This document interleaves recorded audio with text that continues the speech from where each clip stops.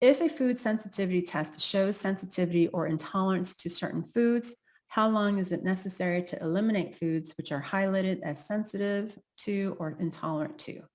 Is it necessary to eliminate it 100%, or can I have it rarely or on rare occasions without that food triggering any response?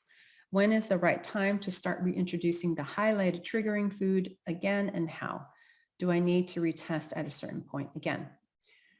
Okay, so first, unless you have a specific reason to test food sensitivities like gastrointestinal symptoms, like pain, cramping, excessive flatulence, farting, excessive burping, or you have known food sensitivities where you can feel reactions, I don't recommend doing a food sensitivity test or a gut health test.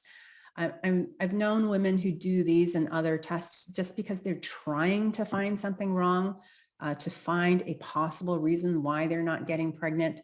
You would be in a frequency of looking for a problem, which is different from the frequency of your vision of what you want, where you're in a state of expanded awareness. And in that expanded awareness, in that expanded consciousness, you're able to allow solutions to come to you intuitively. So I don't recommend going down this route unless there's a reason. Allow yourself to be guided intuitively rather than creating this checklist of all these tests that you need to do in order to kind of figure out what the problem is, right? And so keep that in mind. But going back to the original questions, I recommend that you watch my video on how to test supplements, which I'll link below. Instead of testing supplements, you test your trigger foods where you hold it in your energy field in your hands and you see or feel how holding it affects you. As long as the food is affecting you negatively, you stay away from it. You'll get all your answers in meditation because there's going to be, there's no way for me to know how you as an individual would respond to a specific food. So you can ask yourself in meditation, as you're holding the food or imagining or visualizing the food, can I eat this food now? And if you get a response from your intuition, you just go with that. You can only test for that moment in time. So you can't ask things like, when can I eat this again?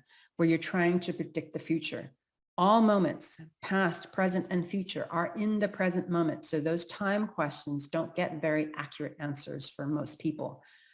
Free will also makes a difference in how your body responds. So if you keep ignoring the message to stop eating a food, which many of us do with sugar, alcohol, excessive caffeine, and processed foods, and I'm guilty, so I'm not pointing the fingers, I'm guilty. That's going to have a different effect than completely abstaining, and it's going to create a different timeline. So don't try to predict the future, just go with the guidance that you're being led to intuitively and listen to it. And then you just retest occasionally, depending on the severity of the symptoms that you get. If it's not that severe, then you test less frequently. Or if it's more severe, you just use the symptoms to gauge how often you need to test. If you're still having symptoms, you don't need to test because you're being told by your body, this isn't good. If it's less subtle and you're not feeling it, then you go into meditation and then you ask. In the beginning, maybe, and if everything's in the clear and it's fine to eat, then maybe test once a week. And then if it continues to hold and stabilize there, maybe once a month. So, you just play around with it, and there's no right or wrong answer to it. Okay. If you found this video helpful, like, subscribe, and share this video. I'm here to help women over 35 and into their 40s manifest the healthy baby that they dream of.